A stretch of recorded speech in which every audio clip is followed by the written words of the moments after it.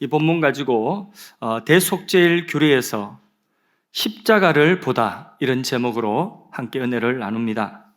우리 사회에 계약직이라고 하는 것이 있죠. 해마다 근로계약을 갱신해야 됩니다. 이처럼 구약의 이스라엘 백성들은 하나님의 백성으로서의 자격을 해마다 갱신을 해야 했습니다. 7월 17일 대속죄일, 바로 그날에 하나님의 백성의 자격을 갱신하는 날이었습니다. 어떻게 해요? 레위기 16장에 말씀하신 대로 속죄 규례를 지킴으로 말미암아 하나님 백성의 자격을 갱신하는 날이었습니다. 그렇게 하나님과 관계가 다시 이제 이어지게 되면 하나님이 그들의 하나님이 되셔서 대적들로부터 지켜주시고 어떤 어려움도 이길 수 있도록 하나님이 도와주시는 것입니다. 하나님이 그들과 함께 하시는 것이죠. 그런데 만일에 이 죄 문제가 해결되지 아니하면 하나님이 그 죄 가운데 그들과 함께 하실 수가 없는 것입니다. 레위기 16장의 오늘 이 말씀은 전체가 대속죄일을 지키는 규례입니다. 그 내용을 요약하면 이렇습니다. 자, 날짜는 유대 달력 7월 10일. 대제사장이 한 사람이 뽑힙니다. 뽑혀진 대제사장이 지성소로 들어갑니다. 자, 이 지성소는 뭐냐? 하나님이 거하시는 거룩한 처소입니다. 사진을 한번, 모형 사진을 한번 보겠습니다. 자, 여기에 성소라고 하는 곳이 나오는데 이 성소 안에 들어가면 중간에 그 휘장, 저기 그림에 보듯이 천사가 이렇게 그룹이 이렇게 새겨져 있는 붉은 저 휘장이 있죠. 굉장히 두꺼운 휘장인데 휘장 안쪽을 뭐라고 하냐면 지성소다. 그래서 그곳에 하나님의 임재가 그곳에 함께 한다고 그렇게 하나님이 약속하셨습니다. 그런데 이 지성소는 아무나 들여다볼 수가 없어요. 빠꼼 이렇게 보면 큰일 나요. 또 아무나 들어갈 수 없는 것은 물론입니다. 우리나라는 휴전선 철책이 남과 북으로 딱 가르고 있죠. 그래서 사전에 어떤 예고 없이 휴전선을 어떤 허가도 없이, 허가가 뭐 없죠, 그죠? 어쨌든 그 철책을 넘어가면 상대 쪽에서 뭐가 날라오느냐? 총알이 아마 날라올 것입니다. 그래서 함부로 넘을 수 없는 경계선, 그 선이죠.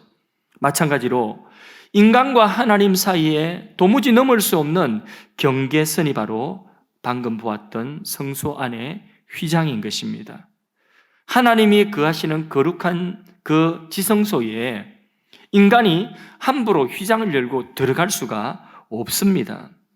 그런데 7월 10일 한 사람, 그 해의 대제사장으로 뽑힌 그 한 사람이 백성을 대표하여서 지성소 안으로 들어가도록 허락을 받은 것이죠. 그는 대제사장이었고 백성의 대표였습니다. 백성들의 죄를 대제사장이 다 짊어지고 그 속에 들어가서 1년에 딱 한 번 7월 10일에 백성 모두의 죄를 대속하는, 속죄받는 그 제사를 드리는 임무를 가지고 들어가는 것입니다. 그때의 대제사장은 빈손으로 들어가는 것이 아니라 거기에 뭘 가지고 들어가느냐? 자기 죄를 속죄하기 위한 숫송아지를 죽여서 그 피를 담아가 들어갑니다. 또 하나, 전체 백성의 죄를 속죄하기 위하여서 전체 백성을 대신하여 죽는 염소를 죽여서 그 흠없는 염소의 피를 가지고 들어갑니다.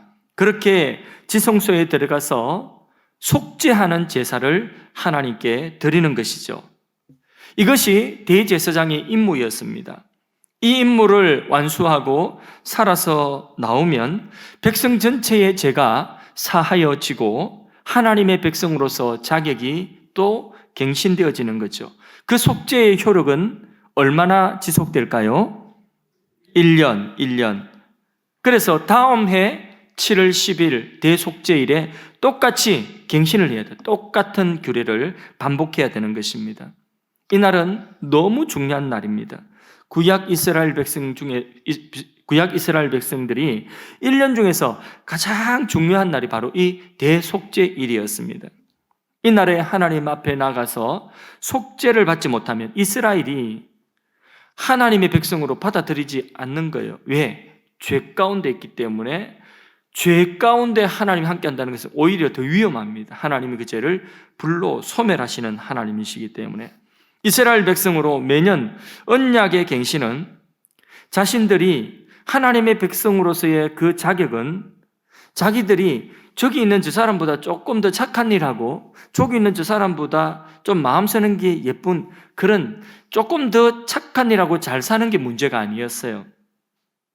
대제사장이 그곳에 들어가서 성공적으로 제사를 완성하느냐 아니면 그 제사에 실패하느냐, 여기에 하나님의 백성들이 그 하나님 백성 된 자격이 달려 있는 거예요. 그 부분을 우리 1절, 2절 말씀, 레위기 16장 1절, 2절 말씀을 합독해서 한번 읽어봅니다. 아론의 두 아들이 여호와 앞에 나아가다가 죽은 후에 죽었다는 거예요. 아론은 대제사장이고 그의 두 아들이 하나님 앞에 나아가다가 죽었다는 거죠. 왜 죽었는가? 여호와께서 모세에게 말씀하시니라. 같이 또 읽습니다. 여호와께서 모세에게 이르시되 내 형 아론에게 이르라. 성소의 휘장 안 법궤 위 속죄소 앞에 아무 때나 들어오지 말라. 그리하여 죽지 않도록 하라. 이는 내가 구름 가운데서 속죄소 위에 나타남이라. 하나님이 계신 그곳에 아무 때나 들어오라고 하시지도 않았는데 아무 때나 들어가서 이 온전한 속죄의 제사를 드리지를 못한 거죠. 그러니까 거기에 제사장의 아들이랄지라도 또 그들도 제사장이었지만은 그곳에 접근했다가 그냥 즉사한 것이죠. 성소에서 분향을 잘못한 까닭에 죽은 것입니다. 이 얼마나 하나님 두려운 하나님이십니까?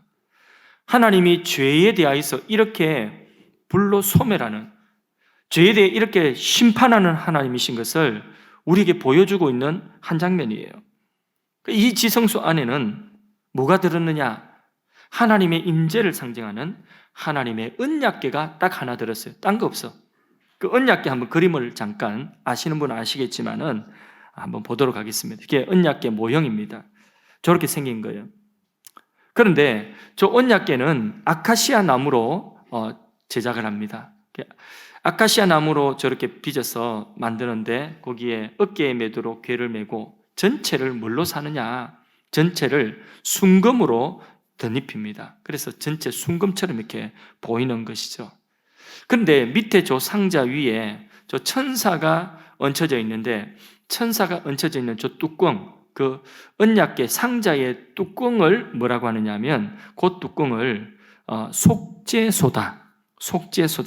이렇게 불렀습니다. 하나님은 이 은혜로운 뚜껑으로 이스라엘 백성의 모든 죄를 덮어서 보시지 않는다는 것입니다. 이를 위해서 대제사장은 1년 7월 10일에 피를 가지고 들어가서 그 속죄의 피를 저 뚜껑 위에 속죄소의 사방에 그 위에다가 뿌리는 것입니다. 그 내용을 보겠습니다. 14절에서 15절 읽습니다. 그는 또 수송아지의 피를 가져다가 손가락으로 속죄소 동쪽에 뿌리고 또 손가락으로 그 피를 속죄소 앞에 7번 뿌릴 것이며 또 백성을 위한 속죄제의 염소를 잡아 그 피를 가지고 휘장 안에 들어가서 그 수송아지 피로 행한 같이 그 피로 행하여 속죄소 위와 속죄소 앞에 뿌릴지니. 자, 속죄소 위와 속죄소 앞에 피를 찍어다 뿌리는데 먼저는 송아지의 피로 뿌립니다. 요거는 대제사장도 죄인이거든요. 그래서 자기 죄를 속하는 그 피를 뿌립니다. 또 백성 전체의 죄를 가지고 들어간다겠죠. 대제사장이 백성 전체의 죄의 책임을 가지고 들어가는 거예요. 그래서 백성 전체의 그 죄를 대속하는 피, 염소의 그 희생 제물의 피를 속죄소 사방에다가 사면에다가 뿌리고 그리고 그 위에 피를 바르는 그게 바로 뭐냐? 속죄의 제사입니다. 그때에 또 한 가지 해야 되는 것이 있어요. 그 속죄소가 보이지 않도록 제사장은 이 분향할 수 있는 이 향단을 가지고 들어가서 이 분향을 하여서 속죄소가 눈에 보이지 않도록 뿌옇게 마치 구름 있는 것처럼, 그림 잠깐 한번 볼까요? 상상도인데 저렇게 구름이 가린 것처럼 속죄소가 보이지 않도록 해야 돼요. 그렇게 분향하지 않으면 또 죽어요. 제사 성공하지 못하는 거예요. 그 부분을 12절, 13절을 한번 읽어봅니다. 읽습니다. 향로를 가져다가 여호와 앞 제단 위에 피운 불을 그것에 채우고 또 곱게 간 향기로운 향을 두 손에 채워가지고 휘장 안에 들어가서 여호와 앞에서 분향하여 향연으로 전극의 위 속죄소를 가리게 할지니 그리하면 그가 죽지 아니할 것이요. 자, 거꾸로 그럼 생각하면 그 향연으로 속죄소를 가리지 아니하면 어떻게 된다고요? 죽는다. 예수님께서도요, 십자가에서 운명하실 때에 잠시 동안 구름이 하늘을 가리어서 보이지 않게 되었다고 했습니다. 이렇게 대제사장이 지성소에서 하는 제사, 대속죄의 제사는 이렇게 이루어지는 거예요. 분향하고 피 뿌리고 속죄소 위에. 대제사장이 지성소에 들어가 있는 동안에 누구도 그 안에 들어갈 수 없어요. 빠꼼 쳐다볼 수도 없어요. 구경할 수도 없습니다.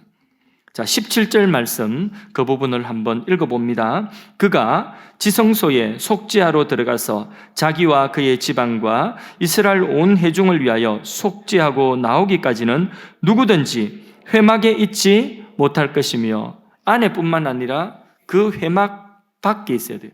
회막 안에도 못 들어옵니다. 이렇게 오직 대제사장만이 혼자 백성들의 죄의 짐을 가지고 들어가서 혼자 대제사장이 오롯이 감당해야 되는 몫이라는 거죠. 누구도 그것을 도와주거나 대신할 수가 없는 것입니다. 이것도 역시 우리의 영원한 대제사장 되시는 예수님께서 십자가에 우리 죄의 짐을 지시고 대속하시는 그 십자가의 대속은 누가 도와주거나 대신해주거나 할 수 없는 것이고 오직 예수님만이 오롯이 홀로 감당해야 되는 일이라고 하는 것입니다. 그렇게 대제사장의 속죄 제사가 안에서 이루어지고 그 속죄 제사로 백성의 죄가 다 사하여졌다, 죄 용서 받았다. 자, 이렇게 속죄 제사가 성공했는지 실패했는지 어떻게 알까요? 어떻게 알까요? 그렇죠. 살아나오면 성공한 것입니다. 대제사장이 안에서 죽었다, 기척이 없다, 그러면 그 제사에 실패한 거예요. 그래서 여기 본문에 나오지 않지만은 대제사장이 여기 지성소에 들어갈 때는요, 석류로 된 이 방울을 갖다가 짤랑짤랑 하는 석류 방울을 제사장의 옷에 이렇게 두르고 들어갑니다. 그래서 움직이는 소리가 들리는 거예요. 소리 안 나면 죽은 거예요. 제사 실패한 거예요. 그러면 그 속에 또 시신을 거두기 위해 들어갈 수도 없어요. 그러니까 소리가 안 나면 그냥 끄집어내는 거예요. 이게 줄로 당겨내는 것입니다. 이렇게 이 지성소는 너무 거룩한 곳인데 이곳에서 그러면 대제사장이 살아서 돌아오면 그러면 백성의 죄 전체를 대속하는 그 속죄하는 제사가 성공한 것이죠. 그렇게 본 것이죠. 만일에 실패하면 백성의 죄는 그대로 있는 것입니다. 자, 이것도 영원한 대제사장이 되신 예수님께서 십자가에서 우리 죄를 대속하시는 그 대속의 제물이 되셔서 십자가에서 죽으셨어요. 예수님이 십자가에 죽으신 이후에 예수님께서는 3일 만에 다시 살아나셨습니다. 부활하여 사람들에게 보이신 것입니다.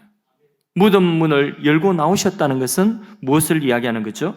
예수님의 십자가의 그 죽음이, 예수님의 그 십자가의 그 제사가 성공했다. 우리 죄를 속죄하는 그 효력이 영원히 성공했다. 그것을 보여주는 것이 뭐냐? 예수님께서 무덤 문을 열고 나오신 부활인 것입니다. 할렐루야. 자, 이렇게 대속죄일 규례는 무엇을 보여주느냐? 예수님의 십자가를 보여주고 있는 것입니다. 미리 보여준다 해서 예표라고 말을 하는 것입니다. 자, 이렇게 지성소 안에서 이루어지고 있는 대제사장의 속죄의 제사의 모습을 보았습니다. 이제는 지성소 밖에서 대속죄일에 이루어지는 대속죄 규례가 또 있어요. 그 중요한 규례가 뭐냐? 바로 아사셀 염소의 규례입니다. 7절에서 10절까지 말씀도 합독해서 보겠습니다.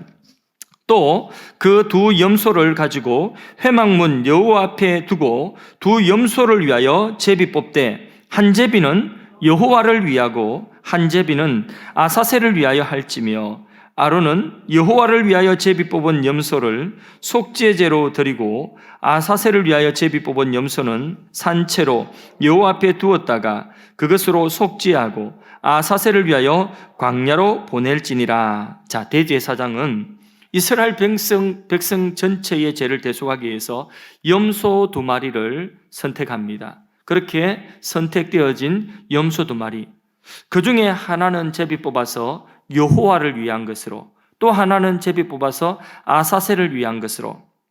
여호와를 위한 염소는 우리가 아까 보았죠. 바로 그 자리에서 목을 베어서, 그래서 피를 받아서 그 피를 가지고, 그 염소의 피를 가지고 제사장이 어디로 들어갔냐? 지성소에 들어가서 백성의 죄를 속하는 그 피, 그게 바로 2마리 염소 중에 1마리 염소의 피입니다. 그런데 아사셀을 위하여서 선택되어진 그 염소는 죽이지 않습니다. 지금 여기서 죽이지 않습니다. 그 아사셀이라고 하면 뭐냐 하면, 아사셀이라고 하는 뜻은 내어 보낸다는 뜻입니다. 그래서 아사셀 염소는 내어 보내는 염소다, 이런 뜻이에요. 아사셀 염소, 아사셀을 위한 염소는 내어 보내기 위한 염소다, 이렇게 이해하면 되겠습니다. 그 염소에게 안수를 합니다. 안수를 하면 백성의 죄가 그 염소에게 다 전가되는 거죠. 그리고 그 아사셀에게 다 죄를, 이 아사셀 염소에게 죄를 지운 이후에 산채로 요 염소는 광야 깊은 곳으로 던져집니다. 그 부분을 읽도록 합니다. 21절, 22절을 한번 읽어봅니다. 시작. 아론은 그의 두 손으로 살아있는 염소의 머리에 안수하죠. 그 다음요, 이스라엘 자손의 모든 불의와 그 범한 모든 죄를 아뢰고 그 죄를 염소의 머리에 두어 염소에게 전가시킨다는 거죠. 또 읽습니다. 미리 정한 사람에게 맡겨 광야로 보낼지니 염소가 그들의 모든 불의를 지고 접근하기 어려운 땅에 이르거든 그는 그 염소를 광야에 놓을지라. 이게 무슨 의미냐? 염소가 다시 돌아올 수 없는, 접근할 수 없는 먼 곳으로 그렇게 던져진다는 거예요. 왜요? 거기서 잘 먹고 잘 살아라고? 아니, 거기서 죽으라고. 거기서 죽으라고. 저 이스라엘 백성의 진에서 멀리 그렇게 저 광야 깊은 곳으로 가서 던진다는 것입니다. 그래서 그곳에 죽으라고. 그런데 여러분, 이런 가정을 한번 해봅시다. 만일 그 염소가 안 죽고 어찌어찌 너무 똑똑해가지고 살아서 길을 찾아가지고 다시 이스라엘 진중에 들어왔어요. 그럼 어떻게 될까요? 그렇죠. 그러면 아주 곤란해집니다. 왜냐하면 이 염소에게 지금 뭘 다 지었어요? 백성의 죄를 다 지었어요.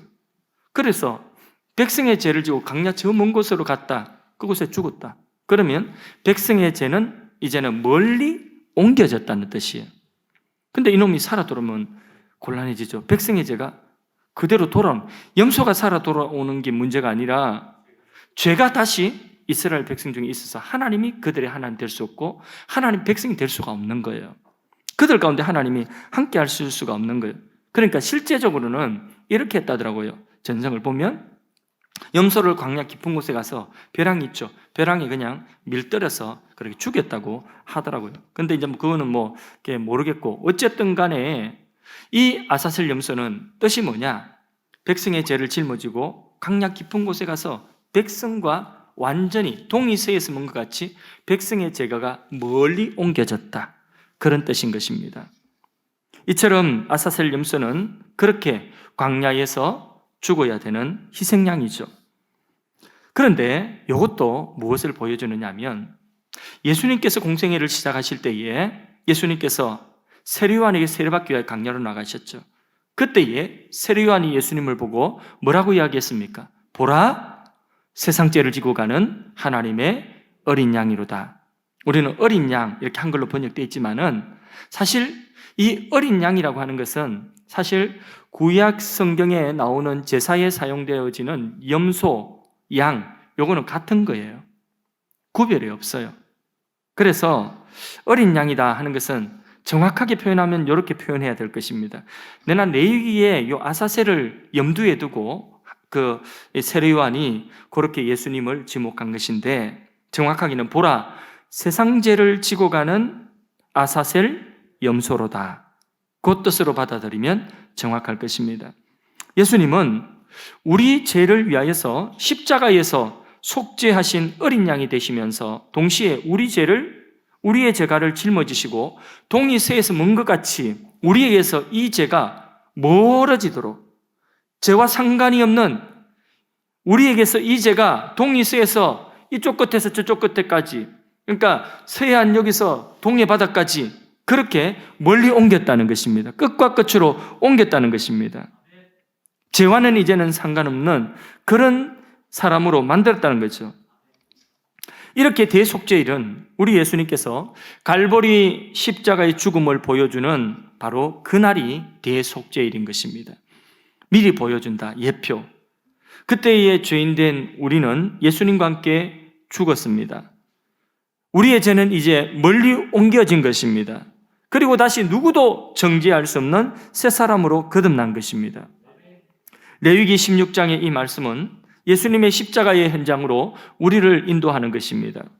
대속죄일의 지성소 안에서 대제사장이 속죄의 제사를 드리는 지성소 안에서의 제사, 또 광야에서는 아사셀 염소 규례, 이 모든 것들이 예수님의 십자가의 죽음을 안과 밖으로 입체적으로 보여주고 있는 것입니다. 미리 보여준다, 예표.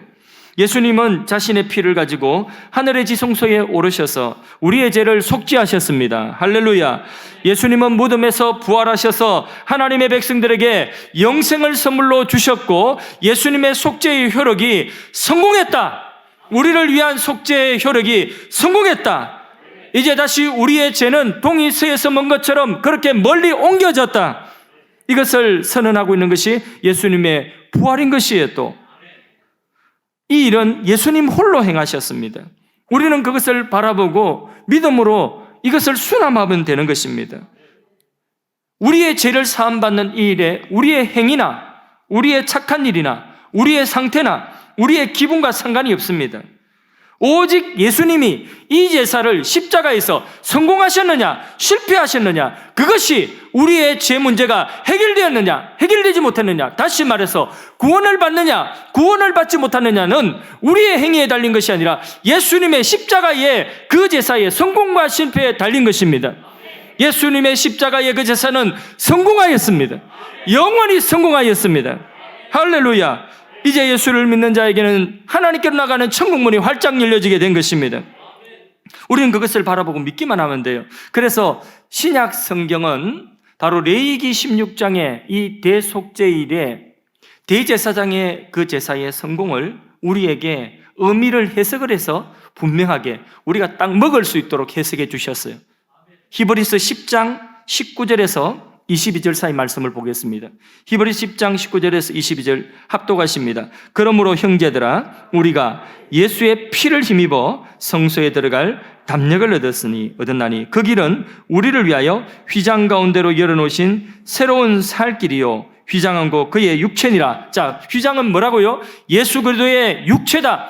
십자가에서 찢어지신 그 살이다. 못 박히신 그 살이다. 옆구리에 찔리시고 찢어주신 그 살이 바로 뭐냐? 예수님의 바로 그 살이, 십자가에 상하신 그 살이 휘장이다. 하나님과 우리 사이를 가로막고 있는 그 죄의 담이 이제는 허물어졌다. 그 휘장이 거쳐졌다. 누구든지 이제는 예수 공로 의지하고 하나님께 마음껏 나아갈 수 있다. 언제든 나아갈 수 있다. 그 상길이 열렸다. 선언하고 있는 것입니다. 그 뒤에 말씀 읽어봅니다. 또 하나님의 집 다스리는 큰 제사장이 계심에 우리가 마음의 뿌림을 받아 악한 양심으로부터 벗어나고 몸은 맑은 물로 씻음을 받았으니 참 마음과 온전한 믿음으로 하나님께 나아가자는 거예요. 이제는 나아갈 수 있다는 것입니다. 히브리서 4장 16절 말씀도 읽어봅니다. 그러므로 우리는 긍휼하심을 받고 때를 따라 돕는 은혜를 얻기 위하여 은혜의 보좌 앞에 담대히 나아갈 것이니라. 아멘. 예수님께서 십자가에서 못 박혀 운명하셨을 때에 성소의 휘장이 찢어졌습니다. 우리는 이제는 언제든지 또 우리가 언제 어느 때든지 그 찢어진 휘장을 사이로 하여서 우리는 하나님 앞에 나아갈 수 있는 것입니다. 하나님께 이렇게 나와서 예배를 드릴 수 있는 것입니다. 하나님께 은혜를 달라고 구할 수 있는 것입니다. 왜? 예수님께서 우리를 대신하셔서 자신의 피로 우리의 죄를 십자가에서 속죄하셨기 때문입니다. 이제는 예수님의 그 십자가의 효력은 2000년 전에 예수님께서 영원히 단번에 성공하셨습니다. 갱신할 필요가 있어요? 없어요? 없어요. 한 번에 십자가에서 영원한 제사를 완성하신 것입니다. 이제는 우리가 영원히 매년 갱신하는 것이 아니라 영원히 하나님의 자녀의 신분을 얻게 되었고 언제 어디서든지 하나님께 나아갈 수 있는 영원한 하나님의 백성이 된 줄로 믿습니다. 그 자격을 얻은 것이에요. 오늘 하나님께서 우리에게 하나님의 보좌 앞에 나와서 모세가 들었던 시내산에서 들었던 그 신비한 말씀, 그 신령한 말씀을 우리는 자유롭게 이제는 듣게 된 것입니다. 모세보다 빛나는 영광, 그리스도의 영광이 오늘 우리 가운데 빛비추고 있음을 믿습니다. 애굽의 바로를 무너뜨리고 바로를 굴복시킨 그 능력의 모세의 지팡이보다도 더 큰 능력과 더 큰 권세를 가진 예수 이름이 우리 것이 되었습니다. 예수 이름을 하나님은 우리에게 주신 것입니다. 그 이름은 구원의 이름이요 우리의 승리의 이름인 줄로 믿습니다. 대속죄 이래 백성들이 해야 할 일은 뭐냐? 할 일이 없죠. 지성소 밖에서 그저 기도하면서 그 제사가 성공하기를 구할 수밖에 없는 거죠. 그게 할 일이에요. 딴 거 할 거 없어. 들어가서 도와준다고 얼쩡거리면 죽어요. 그럴 수도 없어요. 그런데 우리의 제사장 되시는 예수님께서 이 속죄의 제사를 십자가에서 성공하셨습니다. 이제는 우리가 할 일은 뭐죠? 그것을 믿음으로 그냥 받아들이는 것입니다. 아멘. 십자가의 그 제사가 나를 위한 제사였습니다. 십자가의 그 속죄가 내 죄를 속하는 속죄의 효력이 있음을 믿습니다. 그 피를 의지하여 내가 하나님께 나아갈 수 있고 하나님의 자녀가 영원한 하나님 자녀의 하나님 백성의 영원한 그 자격을 내가 얻었습니다. 아멘 하고 내가 받아들이는 것, 믿음으로 수답하는 것, 그것밖에 우리가 할 게 없어요.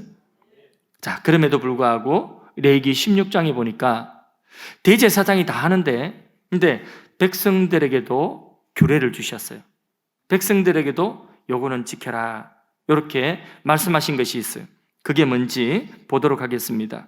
29절에서 31절 말씀입니다. 읽습니다. 너희는 영원히 이 규례를 지킬지니라. 일곱째 달 곧 그 달 10일에 너희는 스스로 괴롭게 하고 아무 일도 하지 말되 본토인이든지 너희 중에 거류하는 거류민이든지 그리하라. 이날에 너희를 위하여 속죄하여 너희를 정결하게 하리니 너희의 모든 죄에서 너희가 여호와 앞에 정결하리라. 이는 너희에게 안식일 중에 안식일인즉 너희는 스스로 괴롭게 할지니 영원히 지킬 규례니라. 요 나를 지키라는 거예요. 나를 지키라고 하는 것은 오늘 우리에게 어떤 의미가 있느냐 하면 바로 십자가의 그 사건을 기념하라는 것입니다. 십자가의 그 사건을 잊지 말고 기념하라. 주일에도 예배 때마다 특별히 이런 사순절과 고난주간의 절기를 통하여서 십자가의 그 의미를 깊이 가슴 속에 새기고 기념하라. 그날은 큰 안식일이니 너희 몸을 스스로 어떻게 하라고요? 괴롭게 하라. 요거는 성경학자들이 거의 이구동성으로 금식이다, 금식. 그래서 속죄일에 유대인들은 금식하죠. 오늘 우리가 고난주간을 맞이하면서도 우리가 또 우리 자신을 스스로 또 절제하는, 어떤 분은 먹는 음식을 한 끼씩이라도 한 주간 동안 금식하면서 주님의 십자가의 그 대속을, 그 속죄의 제사를 우리가 또 마음속에 다시 새기고, 어떤 분은 핸드폰이나 또 눈으로 보는 미디어를 금식하며 그것을 절제하며 스스로 오락을 좀 삼가하고, 이 기간 동안에 주님의 십자가의 그 은혜를 마음속에 새기고 그 은혜가 내 것이 되도록 하는 그 일을 하라는 것입니다. 꼭 기념하고 잊지 말라는 것이죠. 나를 정하여서 그렇게 기념하라는 것이죠. 그거는 백성이 할 일이에요. 오늘 우리도 고난주간, 한 주간 동안에 십자가를 바라봅시다. 마음과 몸을 절제합시다. 자기 신앙을 돌아봅시다. 특별히 특별 새벽 기도에 아침 시간에 잠자는 시간을 조금 절제하고, 그렇게 주님 앞에 나와서 새벽 기도 동참하고, 또 나오지 못하시는 분은 부득이한 경우에 또 온라인으로라도 실시간 함께 하시면서 예수 그리스도의 십자가의 그 고난을 우리가 묵상하며 우리 자신의 삶을 절제하고, 어떤 분들은 한 끼씩이라도 또 금식하기도 하고, 그래서 그 금식하고 또 절제한 그것 가지고 마음 모아서 전쟁 가운데 있는, 고통 가운데 있는 절규하는 자들을 향한 또 꼭 필요한 물품을 또 보내주는 그 귀한 일에 함께 동참하면서 우리가 한 주간을 이렇게 보낼 때에 다음 주일 부활의 아침을 맞을 때에 부활주일 감격과 기쁨이, 은혜가 배가 될 줄로 믿습니다. 오늘은 성찬 예식과 또 세례, 학습 세례를 거행하도록 하겠습니다. 먼저 마음을 모아서 우리 학습 세례식을 먼저 거행하도록 하겠습니다. 모든 족속으로 제자를 삼아 아버지와 아들과 성령의 이름으로 세례 주라고 하신 예수님의 그 명령을 받아서 주님 몸된 교회에서 성삼위 하나님의 이름으로 이들에게 이제 학습 세례를 베풀도록 하겠습니다. 먼저 학습식을 거행하는데, 학습은 이 학습 예식을 마치고 이제 세례를 받게 되는데, 우리 중학생 두 학생이 학습 문답을 마쳤습니다. 김성준 또 전은율 학생인데, 아까 제가 들어오기 전에 먼저 문답을 했습니다. 학습이 뭐냐 물어보니까 가만히 생각하더니 한 학생이 배울 학 익힐 섭, 그래서 배울 학 익힐 섭, 그렇게 대답을 하더라고요. 그래, 뭘 배우고 익히니 하니까 대답을 바로 해요. 예수님과 하나님 말씀을 배우고 익히는 거죠. 그래서 이제 세례받을 준비를 하는 그 교회의 세례 이전의 성례 절차가 바로 학습 예식입니다. 자, 학습식, 김성준 학생 그 자리에 일어나고 또 전은율 학생 그 자리에 일어나세요. 자, 이제 하나님과 교회 앞에서 서약을 할 때에 오른손을 들고 아멘 큰 소리로 그렇게 서약하면 됩니다. 오른손을 들고 천지 만물을 창조하시고 홀로 주장하시는 하나님을 성실한 마음으로 믿습니까? 예수 그리스도는 나의 죄를 속죄하신 구주이심을 믿습니까? 아멘. 하나님 말씀인 성경을 힘써 배우며 그대로 지키기를 힘씁니까? 아멘. 주의를 거룩히 지키고 기도하고 말씀 보며 또 선한 일을 배워나가기를 힘쓰겠습니까? 아멘. 손 내리세요. 자, 공포하겠습니다. 나는 하늘 사랑의 교회 담임 목사의 위치에서 오늘 서약한 김성준, 전은율 학생이 예수교 장로의 하늘 사랑의 교회 학습 교인이 된 것을 성부와 성자와 성령의 이름으로 공포하노라. 아멘. 그 자리에 앉아주세요.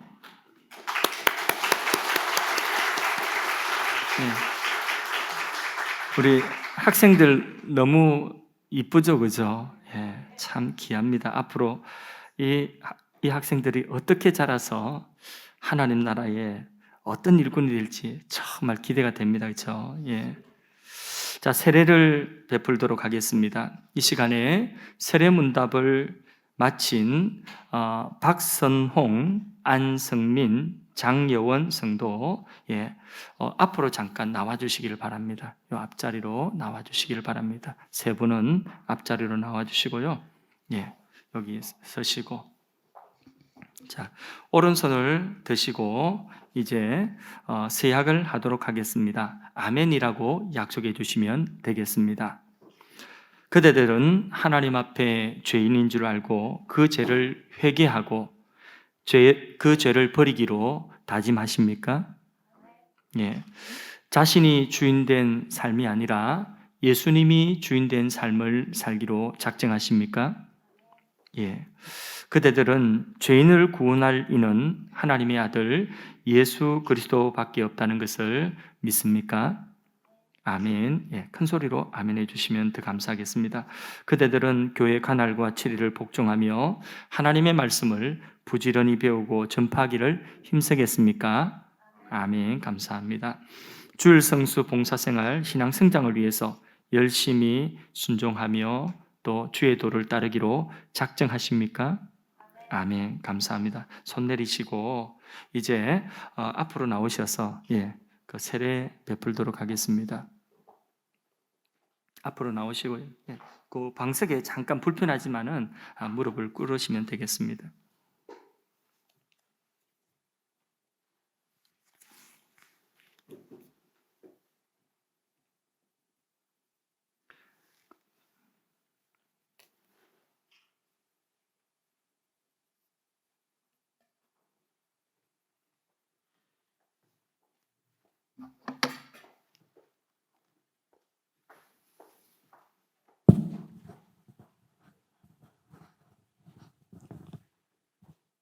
기도하겠습니다.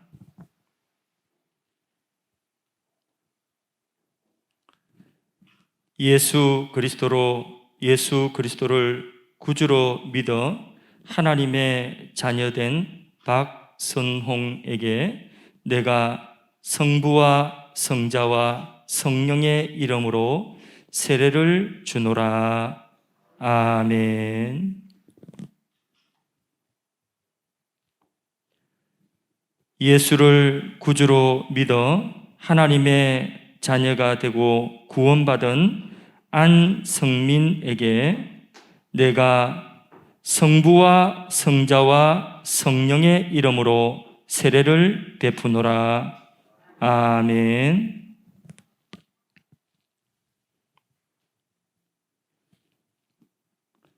예수를 구주로 믿어 하나님의 자녀가 된 구원받은 장여원에게 내가 성부와 성자와 성령의 이름으로 세례를 베푸노라. 아멘. 한번 기도하겠습니다. 하나님, 이 세 분이 예수를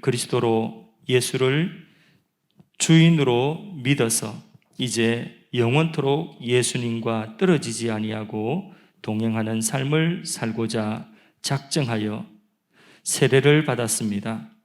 옛사람은 십자가에서 철저히 죽고 이제 예수님이 저들 안에서 일하시는 생명 있는 새 사람으로 살아가게 하여 주시옵고 그 생명으로 말미암아 모든 죽어가는 것들을 살리는 하나님의 위대한 구원 역사에 함께 동참하게 도와주시옵소서. 저들의 하는 모든 일들 속에 하나님의 은총과 하나님의 능력이 함께 하셔서 하나님의 선한 일들이 이들을 통하여서 드러나게 하시고 영광 받으시는 풍성한 열매들이 맺혀질 수 있도록 축복하여 주시옵소서. 이들에게 건강을 주시고 이들의 가정과 생업 가운데도 하나님의 은총이 풍성하게 하여 주시옵고 그 은총을 나누는 축복의 통로로 살게 하여 주시옵소서. 예수님의 이름으로 축복하며 기도합니다. 아멘. 감사합니다. 잠깐 일어나셨어요. 이 자리로 오시고 세례 정서를 전달하도록 하겠습니다.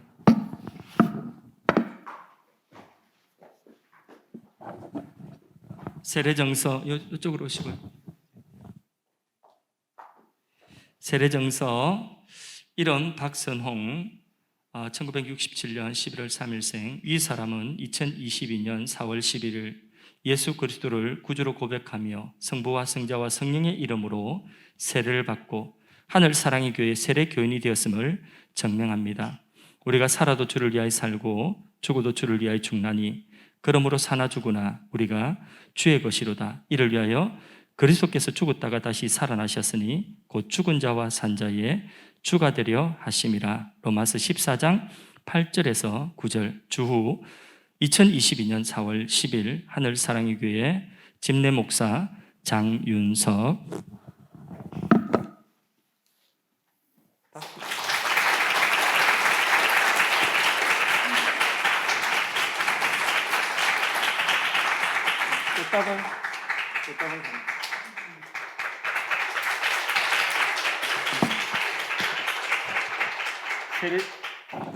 세례정서 이름 안승민 1970년 3월 16일생. 앞의 내용과 동일합니다.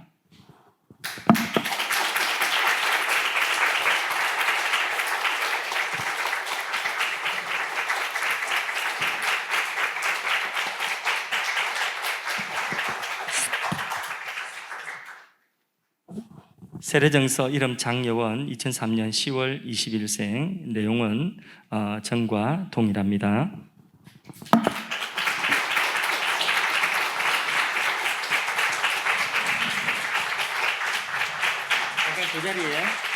그 자리에 잠깐 서 계시고요. 저쪽으로 보시고요.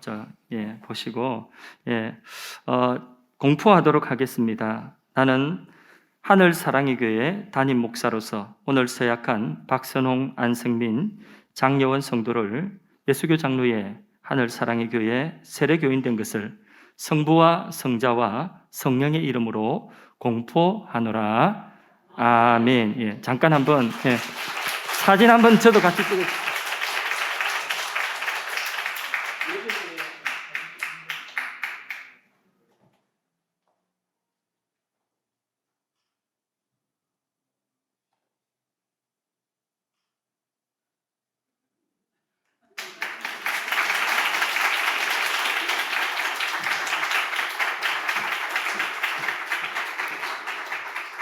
이제 세례교인 되신 분들은요, 성찬 예식에 함께 참여할 수가 있습니다.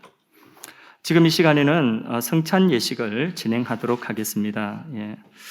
이 예식은 우리 주 예수께서 친히 제정하셔서 주님 다시 오실 그날까지 기념하고 또 시행하라고 분부하신 주님의 명령입니다. 그래서 고난주간을 앞둔 종료주일 예배를 드리면서 성찬 예식을 거행하도록 하겠습니다.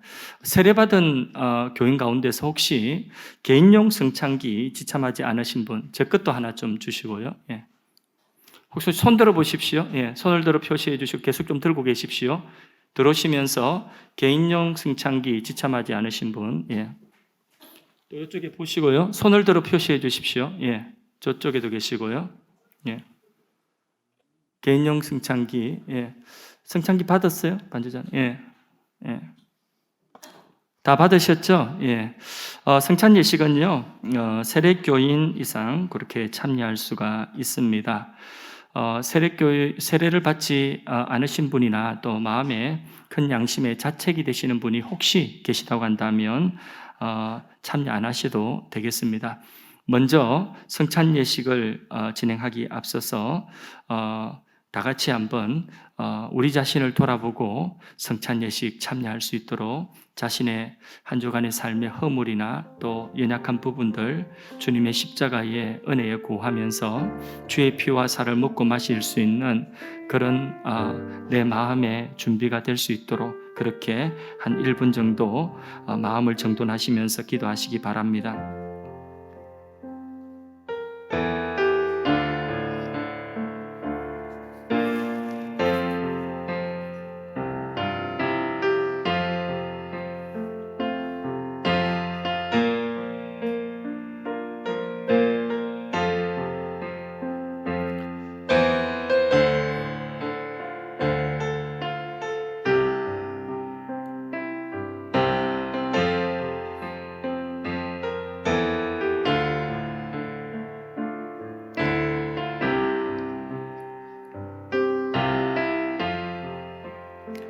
내가 너희에게 전한 것은 주께 받은 것이니 곧 주 예수께서 잡히시던 밤에 떡을 가지사 축사하시고 떼어 가라사대 이것은 너희를 위하는 내 몸이니 이것을 행하여 나를 기념하라 하시고 식후에 또한 이와 같이 잔을 가지시고 가라사대 이 잔은 내 피로 세운 새 언약이니 이것을 행하여 나를 기념하라 하셨으니 너희가 이 떡을 먹으며 이 잔을 마실 때마다 주의 죽으심을 오실 때까지 전하는 것이니라. 아멘. 이제 받으신 성찬기를 개봉하시기 바랍니다. 오늘도 코로나19 전염병 예방을 위해서 성찬위원들과 직접 접촉 없이 안전하게 개인용 성찬기를 사용하도록 하겠습니다. 온라인으로 예배드리시는 분들은 기도로 마음으로 동참하시면 되겠습니다. 자, 개인용 성찬기를 개봉하셔서 먼저 떡을 오른손에 드시기를 바랍니다. 떡을 드시고 입에 넣지 마시고요. 잠깐 기도부터 먼저 하도록 하겠습니다. 한 손에 떡을 들고 기도하겠습니다. 사랑의 하나님 아버지, 지금 우리들이 우리 죄를 위하여 죽으셨다가 다시 살아나신 주님을 기념하기 위하여서 떡을 떼고자 하오니 이 떡에 축복하시고 왕이신 예수 그리스도의 생명과 권세와 능력으로 충만하게 채워 주시옵소서. 세상을 살아가면서 우리 힘으로 감당할 수 없는 일을 만나 지치고 쓰러지고 우리가 극복할 수 없는 그 큰 일을 만나서 마음에 두려워하고 있는 지체들, 하나님이여 이 험한 세상 가운데서 예수 믿는 사람으로 믿음을 지키며 살아가는 것이 힘겨워하는 모든 지체들, 선한 일을 하기를 원하지만은 그 능력이 내게 없어서 마음만 있는 지체들, 오늘 이 시간에 주님의 살을 함께 나눌 때에 이 살이 저들 안에 성령으로 역사하셔서 이 모든 것들을 이기고 해낼 수 있는 주님의 능력이 되게 하여 주옵소서. 믿는 자에게는 능치 못한 일이 없다는 말씀이 주님의 살을 먹는 주의 지체들에게 주님의 능력으로 나타나고 실상이 될 수 있도록 은혜 다하여 주시옵소서. 예수님의 이름으로 기도드리옵나이다. 아멘. 이제 떡을 입에 넣으시고 조용히 눈을 감고 십자가를 잠시 묵상하시기를 바랍니다.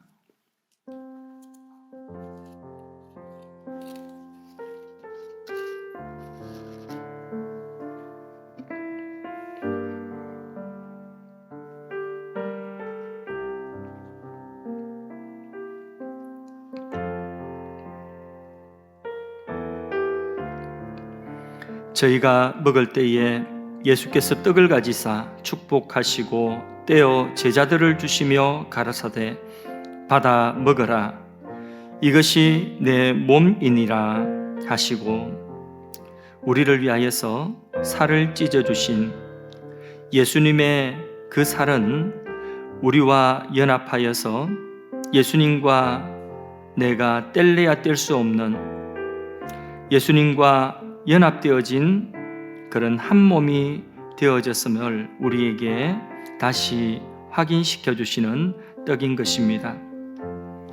이제 내가 어떤 모습이든지 내가 연약할 때마다 살을 찢어 주신 그 예수님께서 나의 삶에 함께 하시며 내가 서 있는 그 자리에 능력으로 역사하셔서 쓰러진 내 손을 일으켜 세우시고 내가 가야 되는 믿음의 그 길을 달려갈 수 있도록 하시는 능력이 되실 줄로 믿습니다.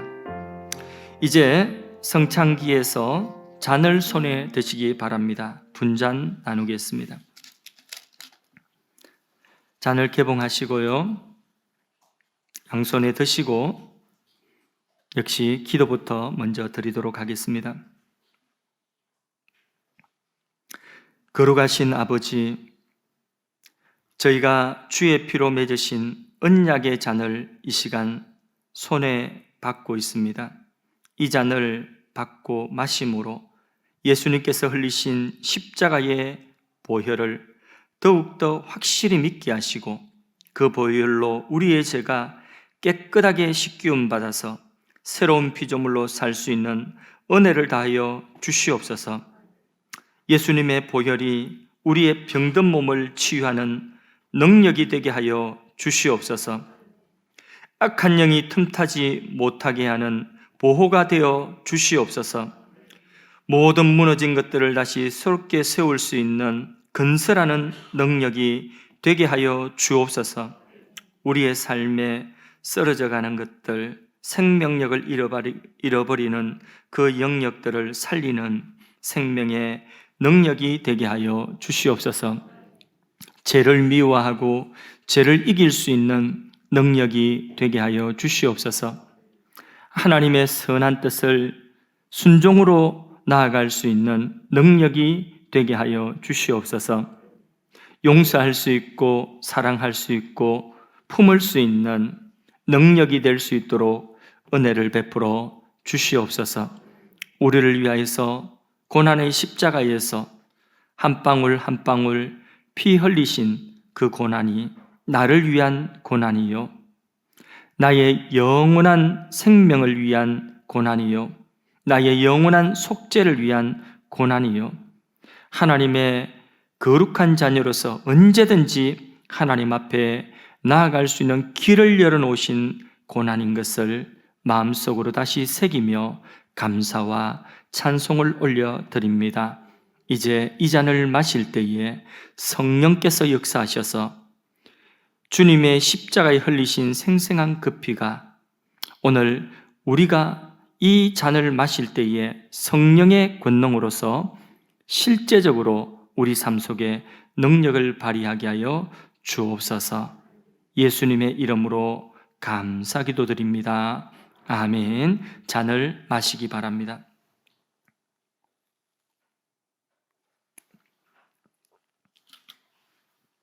조용히 눈을 감고 예수님의 손에 못자국과 그 상처에서 흐르는 주님 보혈을 묵상하시기 바랍니다. 성찬기는 그대로 두시고 소리 나니까 그대로 두십시오. 지금 만지지 마시고 그대로 두시고 예수님의 손의 못자국과 그 상처에서 흐르는 주님의 보혈을 묵상하시면서 잠깐 마음속에 새기십시오. 자신의 은혜로 새기십시오.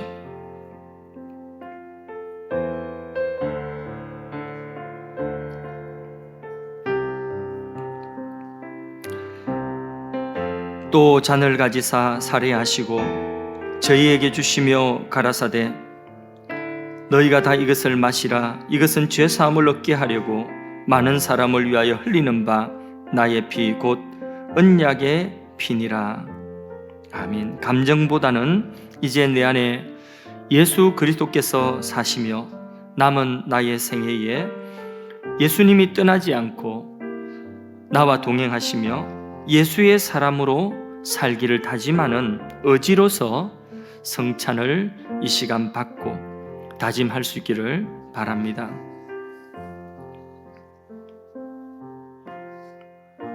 주님, 성찬 주심을 감사합니다. 살찢고 피 흘리신 그 은혜 가운데서 우리가 살고 우리가 회복되고 하나님의 거룩한 자녀로서 하나님과 동행하며 하나님의 아름답고 선한 역사를 분별하고 그 뜻을 이루어가 이 땅에 하나님 나라를 나타내 보여줄 수 있는 정인으로 살게 하여 주시옵소서. 주님께서 흘려주신 주님의 십자가 보혈로 죄를 이기고 의를 건설하며 하나님과 화목되어진 생명으로서 살아갈 수 있도록 은혜를 다하여 주시옵소서. 예수님의 이름으로 기도드리옵나이다. 아멘. 우리 찬송 한 장 하겠습니다. 229장 찬송드립니다. 아무 흠도 없고 229장 찬송드립니다. 성찬기는 그 자리에 두시든지 예배 후 나가시면서 예배당 뒤편에 보면 성찬기를 수거할 수 있는 그 봉투가 있습니다. 그곳에 넣어주시든지 아니면 그 자리에 두고 그대로 두고 나가시면 되겠습니다. 찬양하겠습니다.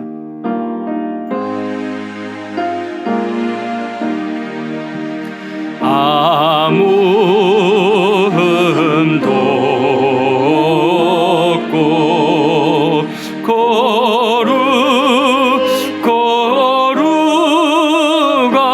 거룩하신 주 하나님 어린 양이 죽임을 당했네. 이는 날 위하여 십자가 위에서 못 박히사 꿰뚫리신 주님의 몸일세. 이는 날 위하여 형벌을 받으사 주가 친히 대신 흘린 주의 보혈일세. 이는 주가 지금 나에게 주시는 영생하는 양식이요 마시는 자 아닐세. 심히 사모하는 떠나셨던 주님 속히 세상 다시 올 때 반가이 뵙겠네. 우리 그때까지 십자가를 지고 주의 자비함과 은혜 널리 전파하세.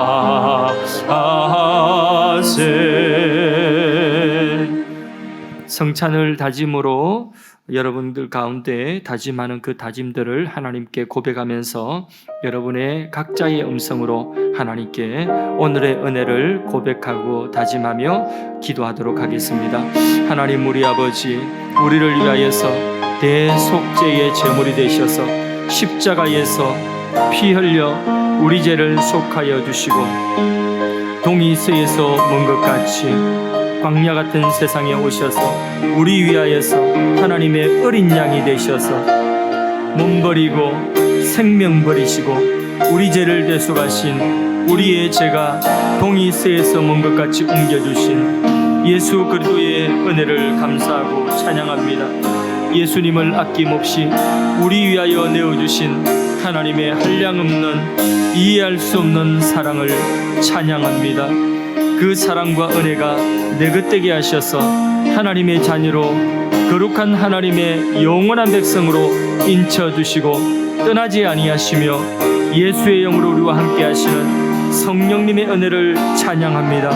성삼위 하나님의 은혜가 오늘 이 예배 가운데, 말씀 가운데, 성찬 가운데 주님의 소유로 주님의 것으로 살아가고자 다짐하는 주의 백성들의 다짐 가운데 함께 하시고 능력으로 역사하여 주시고 병든 것을 치유하여 주시고 무너진 것을 이렇게 세워주시고 죽어가는 것을 살려주시기를 간절히 소원합니다. 역사하여 주시옵소서.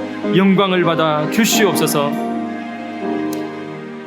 십자가에서 단번에 영원한 속죄의 제사를 이루어 주심을 감사합니다. 고난주간 더욱 십자가 은혜 속에 들어가게 하시고 부활의 절기에 가족과 이웃을 예수님께로 인도할 수 있도록 도와 주옵소서.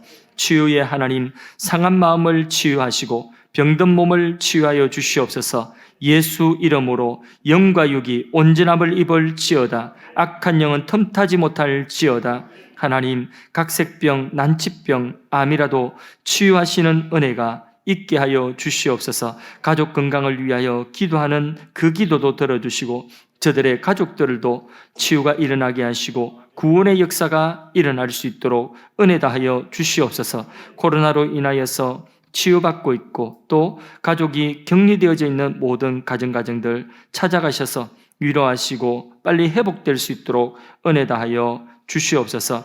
우리 자녀들 주님 은혜의 손에 맡깁니다. 주님이 친히 양육하여 주시옵소서. 우리 젊은이들 하나님 나라의 꿈을 꾸게 하시고 선한 길로 인도받게 하여 주시옵소서.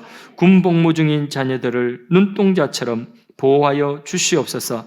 우리 교회에 등록한 분과 교회를 출입하는 모든 성도님들 또 온라인으로 이 예배에 동참하며 하나님께 한 영이 되어서 예배드리는 모든 지체들 풍성한 하나님의 생명과 축복으로 충만시켜 주시옵소서. 대한민국 위하여 기도합니다. 차기 정부를 준비하고 있는 자들이 나라의 갈등을 해소하고 국민 통합을 이뤄내게 하시고 시대적인 위기를 극복할 수 있는 정부가 준비되게 하여 주시옵소서. 하나님, 북한 땅에도 변화가 일어나게 하시고 복음으로 생명이 전파되어질 때에 그 죽어가는 모든 사람들을 살리고 그 땅을 살리는 하나님의 구원의 역사가 있게 하여 주시옵소서. 세계 선교 현장, 협력하는 선교 현장 속에서도 하나님 함께 하시고 전쟁의 공포 속에 있는 우크라이나 땅에도 전쟁은 그치고 평화가 임할 수 있도록 하시고 두려워하는 자들, 불안해하는 자들 가운데 하나님 주시는 진정한 평안이 임하고 회복되는 은혜가 있게 하여 주시옵소서. 오늘도 예배하며 하나님께 드리는 각종 정성들을 험량하여 주시옵소서. 하나님, 드린 손길들마다 환난을 벗어나서 건심이 얻게 하시고 복의 복을 다하여 주시옵시며 저들의 손과 발을 축복하여 주셔서 가는 곳마다 하는 일들마다 그 속에 하나님이 허락하신 축복의 열매가 맺혀지게 하여 주시옵소서. 마음의 기쁨도 넘치게 하여 주시옵소서. 지금은 우리 죄를 영원히 사하시고 우리를 구원하신 주 예수 그리스도의 은혜와 하나님 아버지의 무한하신 사랑과 성령의 감동감화 교통 위로하심이 예수와 함께 죽고 살기를 다짐하는 주님 백성들의 머리 위에 지금으로부터 영원까지 함께 계실지어다. 아멘.